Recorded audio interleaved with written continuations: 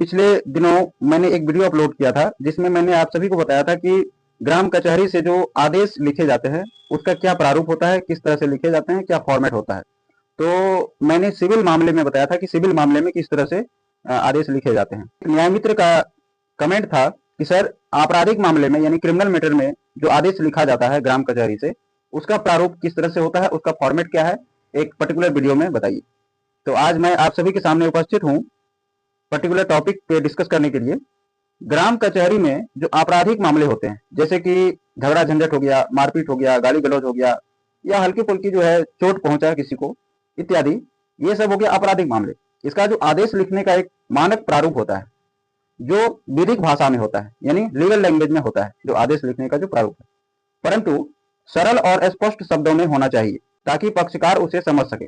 जैसा कि आप सभी को पता होगा कि डिस्ट्रिक्ट कोर्ट में, हाई कोर्ट में, सुप्रीम कोर्ट में इस तरह से जजमेंट लिखे जाते हैं, ऑर्डर पास किए जाते हैं कि जो आम जनता है, जो पक्षकार है, पार्टी है, उसको कुछ समझ ही नहीं आता है।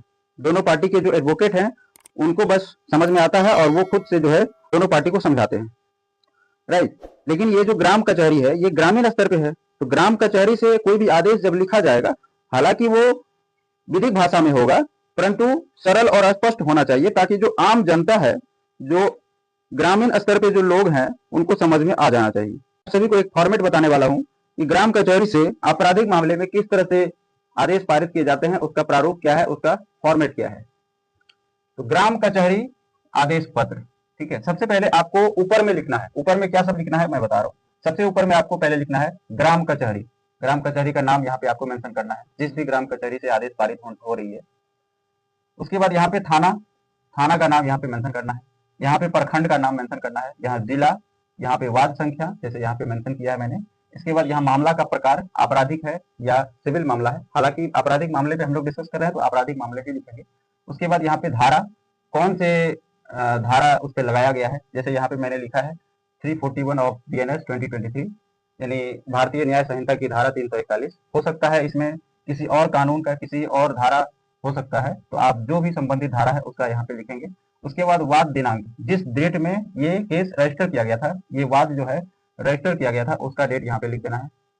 उसके बाद आदेश दिनांक, जिस डेट में ये आदेश पारित की जा रही है वो डेट यहाँ पे मेंशन करना है। उसके नीचे में आपको लिखना है वादी का, वादी का जो डिटेल है, जैसे वादी का पूरा नाम लिखना है, उसके पिता का नाम लिखना है, ठीक है, और वादी का जो है पूरा पता आपको लिखना है। उसके नीचे में आपको प्रतिवादी का डिटेल लिखना है, जैसे प्रतिवादी का पूरा नाम, उसका पिता का नाम और पूरा पता, इतना आपको लिखना ही है। ऊपर में वो सारा चीज आपको मेंशन कर देना है। उसके नीचे से लिखना है आपको मामले का संक्षिप्त विवरण, यहाँ पे लिखना है मामले का संक्षिप्त विवरण, ठीक है। मामले का संक्षिप्त विवरण में यहाँ पे आपको लिखना है वादी द्वारा ग्राम कचहरी में यह वाद दायर किया गया है कि दिनांक, जो डेट को वाद दायर किया गया वो डेट यहाँ पे नहीं लिखना है, बल्कि जिस डेट में वो अपराध हुआ वो डेट यहाँ पे लिखना है। दिनांक जैसे यहाँ पे दिया है 25 मार्च 2025 को प्रतिवादी ने यहाँ पे घटना का संक्षिप्त विवरण देना है। जैसे मान लीजिए कि गाली गलौज किया, मारपीट किया या जान से मारने की धमकी दिया वगैरह वगैरह, यहाँ पे इत्यादि या आदि हो सकता है, कुछ भी घटना हो सकता है। इस पर अब यहाँ से आपको कोमा देना है, इस पर ग्राम कचहरी द्वारा समन जारी कर दोनों पक्षों को सुनवाई हेतु उपस्थित किया गया। यहाँ पे आपको ऊपर में लिखना है कि दोनों पक्षों को जो है समन भेजा गया और सुनवाई के लिए उपस्थित किया गया।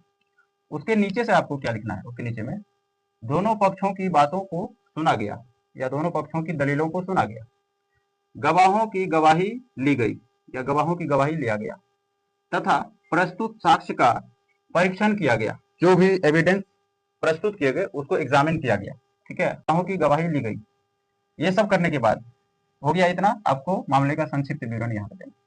अब नीचे में देना है पंचों के विचार, यानी जो भी पंच हैं, सरपंच हैं, उनके क्या विचार आए, तो उनका विचार भी यहाँ पे लिखना है। सभी पंचों द्वारा विचार विमर्श के उपरांत, यानी सभी पंच जो है आपस में विचार विमर्श किए सुनने के बाद, उसके बाद जो है यह निष्कर्ष निकाला गया कि प्रतिवादी, यहाँ पे प्रतिवादी का नाम आपको मेंशन कर देना है, हालांकि ऊपर में तो नाम मेंशन किए ही थे, यहाँ फिर से आपको मेंशन कर देना है प्रतिवादी। यहाँ अपराध का विवरण, जैसे कि मान लीजिए मारपीट किया, गाली गलौज किया, कुछ भी किया, यहाँ पे उसका डिटेल यहाँ पे देना किया गया, जो IPC या BNS की धारा इतना के तहत एक दंडनीय अपराध है, ठीक है। अब यहाँ पे IPC तो अब है नहीं, IPC पुराना क्रिमिनल लॉ है, तो यहाँ पे BNS होगा, तो BNS का जो भी धारा आपने लगाया वो धारा यहाँ पे जिक्र करना है, ठीक है। और उसके तहत जो है एक दंडनीय अपराध है। ये मतलब पंचों के विचार विमर्श करने के बाद ये निकला, निष्कर्ष निकला। ठीक है, यहाँ तक आपको लिखना है। अब सबसे नीचे में आपको लिखना है आदेश, तो सबसे इंपॉर्टेंट पॉइंट है आदेश, यहाँ पे लिखना है। आदेश में लिखने के बाद यहाँ पे आपको लिखना है इस हेतु ग्राम कचहरी द्वारा निम्नलिखित आदेश पारित किए जाते हैं, या निम्न आदेश पारित किए जाते हैं। ठीक है, पहला नंबर आपको देकर लिखना है। पहला नंबर में प्रतिवादी, यानी प्रतिवादी का यहाँ पे नाम मेंशन कर देना है, को 500 रुपए का जुर्माना किया जाता है। मान लीजिए कि पंचों के निष्कर्ष के बाद ये फैसला किया गया कि जो प्रतिवादी है उसका नाम यहाँ पे मेंशन करना है, उसको जो है 500 रुपए का जुर्माना लगाया गया। ठीक है, या उसको जेल भेजा गया। हालांकि ग्राम कचहरी को ये पावर नहीं है, न्यायपीठ को, कि वो किसी भी एक्यूज को जेल भेज सके। लेकिन अगर मान लीजिए कि ऐसा कोई सिचुएशन है तो जेल वहां पे लिखना है, जेल भेजा जाए। या उसको अगर माफी कर दिया गया तो माफी यहाँ पे लिखना है। या अगर कोई चेतावनी का निर्देश दिया गया है तो वो लिखना है, यदि लागू हो। यदि उस कानून में चेतावनी यानी वार्निंग देकर छोड़ने का कुछ है मेंशन तो आपको ये लिखना है। ठीक है, ये हो गया पहला पॉइंट कि मान लो जुर्माना लगाया गया या जेल भेजा गया, माफी दिया गया या चेतावनी देकर छोड़ दिया गया, जो भी। उसके बाद दूसरा पॉइंट में आपको लिखना है भविष्य में ऐसा कृत्य न करने की चेतावनी दिया गया। भविष्य में जो है ऐसा अपराध नहीं करने का उसको वार्निंग दिया गया। तीसरा पॉइंट आपको लिखना है यदि वादी या प्रतिवादी इस आदेश से असंतुष्ट हैं, मान लीजिए इस आदेश से संतुष्ट नहीं है अगर दोनों में से कोई भी पार्टी, तो वे न्यायालय में अपील कर सकते हैं। उसको ये अधिकार है कि वो आगे जो है किसी भी कोर्ट में अपना अपील कर सकते हैं, वो कोर्ट में जा सकते हैं इस केस को लेकर। ठीक है, ये हो गया आदेश, तीनों जो है आदेश हो गया। नीचे में आपको सबसे नीचे में यहाँ पे लिखना है पंचों के हस्ताक्षर। यहाँ पे पहला पंच का हस्ताक्षर होगा, दूसरा होगा, तीसरा होगा, चौथा होगा, पांच होगा। इस तरह से जो है पंच का हस्ताक्षर इधर हो जाएगा। और इधर आपको या इसके नीचे से ही आपको यहाँ पे मुखिया या सरपंच जो भी ग्राम कचहरी के अध्यक्ष होंगे उसका हस्ताक्षर होगा, यहाँ पे उसका साइन हो जाएगा। ठीक है, और यहाँ पे उसका नाम हो जाएगा, यहाँ पे डेट मेंशन होगा, दिनांक, और यहाँ पे स्थान जहाँ से जो है ये आदेश पारित किया जा रहा है वो स्थान है यहाँ पे। तो ये हो गया पूरा जो है फॉर्मेट आपका आपराधिक मामले में जो आदेश लिखा जाता है, आदेश पारित किए जाते हैं, उसका पूरा प्रारूप। उम्मीद करता हूँ कि आप सभी को समझ में आ गई होगी।